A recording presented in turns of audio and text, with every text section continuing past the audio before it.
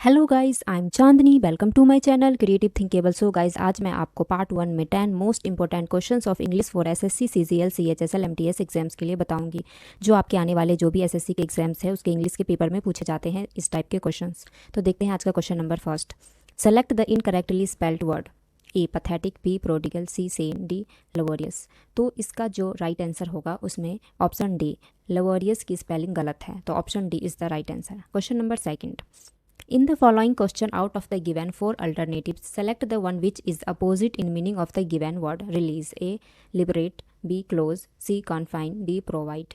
तो यहाँ पे रिलीज का अपोजिट वर्ड पूछा गया है, या एंटोनियम भी हम बोल सकते हैं, तो वो रिलीज का क्या होगा? Option C confine is the right answer. Question number third. In the following question, out of the given 4 alternatives, select the one which is opposite in meaning of the given word. Accord, B concord, B policy, C dissent, D act. तो इसमें भी accord का जो हमें opposite meaning बताना है वो होगा डिसेंट, यानी option C is the right answer. Question number 4। Select the most appropriate synonym of given word. Exploration. A execution, B cultivation, C foundation, D discovery. तो एक्सप्लोरेशन का जो सिनोनियम होगा यानी पर्यायवाची वो होगा डिस्कवरी, यानी option D is the right answer. Question number 5। Select the most appropriate synonym of given word. Congregation, इसका जो हमें सिनोनियम यानी पर्यायवाची बताना है। A succession, B progression, C assemblage, D patronage. तो इसका जो कॉन्ग्रेगेशन का जो सिनोनियम होगा वो होगा असेंबलेज, यानी option C is the right answer. Question number 6। The following sentence has been split into 4 segments. Identify the segment that contains a grammatical error. In despite of his being a small boy, he offered to fight the giant. No error. तो A no error, B he offered to, C in despite of being a small boy, D fight the giant। तो इसमें जो error है he offered to, यानी option B is the right answer। Question number 7।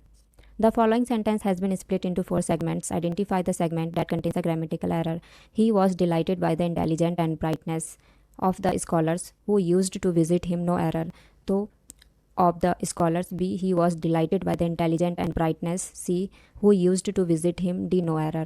तो guys he was delighted by the intelligence and brightness, option B is the right answer. इस part में error है, यहाँ पे इंटेलिजेंट से पहले एन का यूज़ होगा, द का नहीं।